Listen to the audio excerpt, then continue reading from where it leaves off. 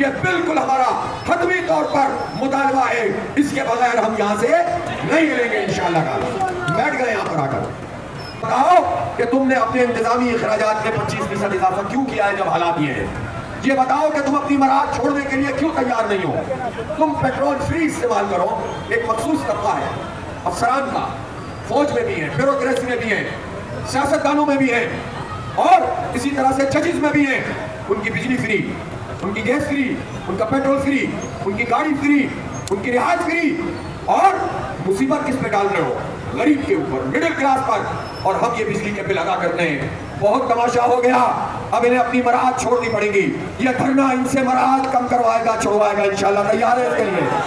تیار ہے۔ دوسری بات یہ ہے، اب تو پورا پاکستان بول رہا ہے، بچے کو بات سمجھ میں آ گئی ہے کہ یہ جو انڈیپینڈنٹ پاور پروڈکشن کی کمپنی ہے، پروڈیوسرز ہیں، یہ آئی پی پیز کیا بلا ہیں؟ ان کا نام سنتے تھے، سمجھ میں نہیں آتا تھا۔ ہم نے مسلسل لوگوں کو بریف کیا، سمجھایا اور بتایا کہ یہ جو 100 سے اوپر کمپنیاں ہیں، ان میں سے 80% کمپنیز وہ ہیں کہ جو پاکستان کے لوگوں پر مشتمل ہے۔ یہ جھوٹ بولتے رہے کہ چونکہ بیرونی کمپنیاں اس لیے ہم ان سے ریگوشیٹ نہیں کر سکتے، ان کو بند نہیں کر سکتے۔ اب یہ جو کمپنیاں ہیں جن میں حکومت میں شامل لوگوں کے خاص لوگوں کی کئی کمپنیاں ہیں، آج تو میں نام نہیں لے رہا، ہو سکتا ہے کہ میں کل ایک کمپنی اور اس کے مالک کا نام بھی لے کر آپ کو سناؤں، تاکہ لوگوں کو ایک مرتبہ پھر اچھی طرح پتہ چل جائے کہ یہ لوگ ہمارے ساتھ کیا سلوک کر رہے ہیں۔ اور قسمتی کی بات یہ ہے کہ یہ جو خاندان ہے، یہ چند جو صنعت کار نام نہاد ہیں، یہ نون لیگ میں بھی، یہ پیپلز پارٹی میں بھی، اور ان سب میں رہتے ہوئے انہوں نے ہزاروں ارب روپے پاکستان کی خون پسینے کی لوگوں کی کمائی جو ہے نچوڑ کر انہوں نے جو ہے وہ ہم سے لے لی ہے، کھا لی ہے، اور سب حکومتوں نے ان کو فیسیلیٹیٹ کیا، ان کی سہولت کاری کی۔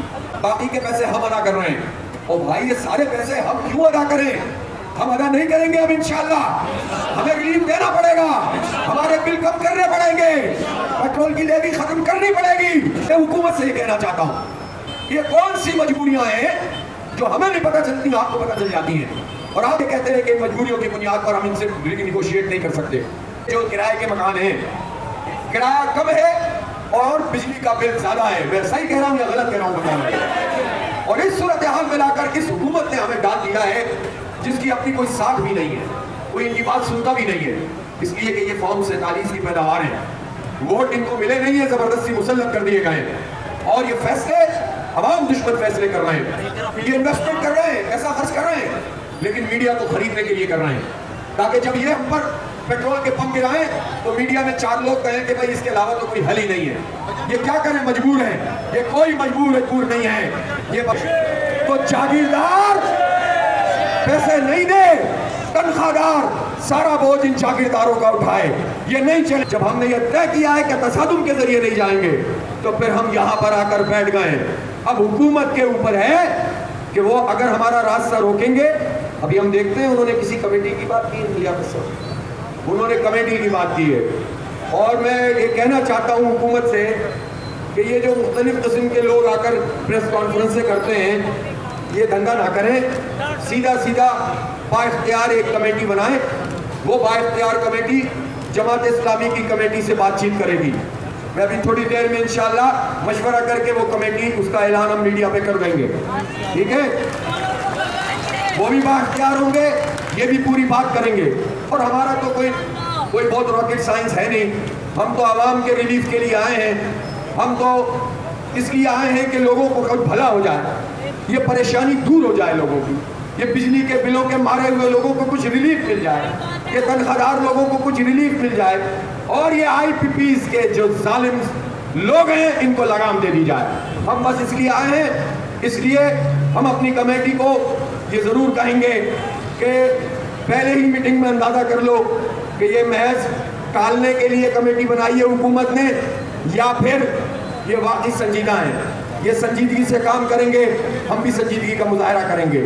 جماعت اسلامی ایک سنجیدہ سیریس پارٹی ہے، ہم اپنے امور مملکت میں اور اپنے عوام کے ساتھ کھلواڑ نہیں کرتے، یہ ریلیف دینے کی بات کریں گے تو ٹھیک ہے، پھر بات آگے بڑھے گی، لیکن جب تک یہ کسی نتیجے پہ نہیں پہنچیں گے دھرنا جاری رہے گا، دھرنا ختم نہیں ہوگا انشاءاللہ۔ تیار ہیں اس کے لیے؟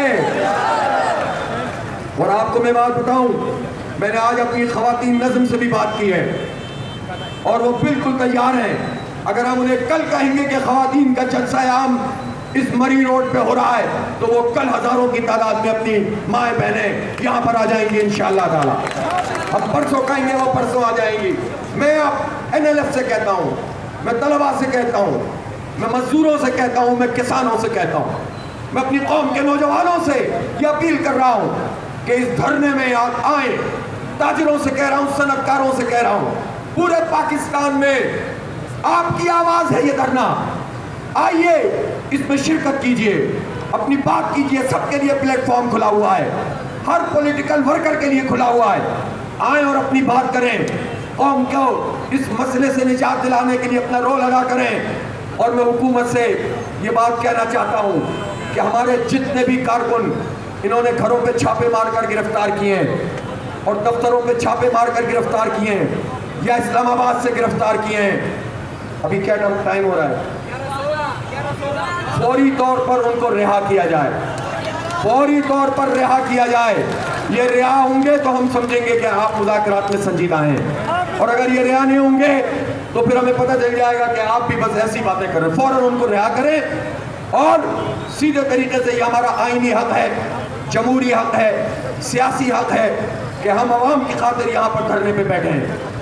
اور اس دھرنے میں اس کو وسیع کرنا ہے, اس کو بڑا کرنا ہے, چھوٹا نہیں ہونے دینا انشاءاللہ. تو بس پھر آپ لوگ سب تیار ہیں تو پھر بات کو آگے بڑھائی جائے. عشاء کی نماز پڑھ لی ہے تو بس کچھ نے اگر نہیں پڑھی ہے تو عشاء کی نماز پڑھیں گے. پانی دستیاب ہوگا تو وضو کریں گے, نہیں دستیاب ہوگا تو تیمم کریں گے. ہم تو جہاد کے راستے میں ہیں اور جہاد کی مختلف قسمیں ہوتی ہیں. کبھی وہ دشمن کے مقابلے میں محاذ پہ جا کے لڑنا ہوتا ہے, کبھی دعوت کے میدان میں اقامت دین کی جد و جہد کرنی ہوتی ہے, اور کبھی سیاسی میدان میں اپنے آپ کو منوانا ہوتا ہے تاکہ یہ بہت بڑا جو عدل کے نظام کی جد و جہد کا کام ہے یہ آگے بڑھ سکے. تو ہم اس میدان میں ہیں اور میں اہل محلہ سے بھی کہتا ہوں, میں تاجروں سے بھی کہتا ہوں, دکانداروں سے بھی کہتا ہوں کہ آپ کو یقیناً یہاں تکلیف ہو سکتی ہے, لیکن یہ چھوٹی تکلیف ہے. جس تکلیف میں مبتلا کر دیا ہے اس حکمران طبقے نے وہ بہت بڑی تکلیف ہے. آئیں ہم سب مل کر اس دھرنے کو بھی کامیاب کریں اور اپنے حق کو بھی حاصل کریں. میں کوئی ٹائم فریم نہیں دے رہا, یہ دھرنا اگر ایک مہینے میں دعوت سخن دے رہا ہوں جماعت اسلامی پاکستان کے مرکزی سیکرٹری جنرل سابق صدر پنجاب یونیورسٹی اسٹوڈنٹ یونین محترم جناب امیر العظیم صاحب آپ سے مخاطب ہو رہے ہیں.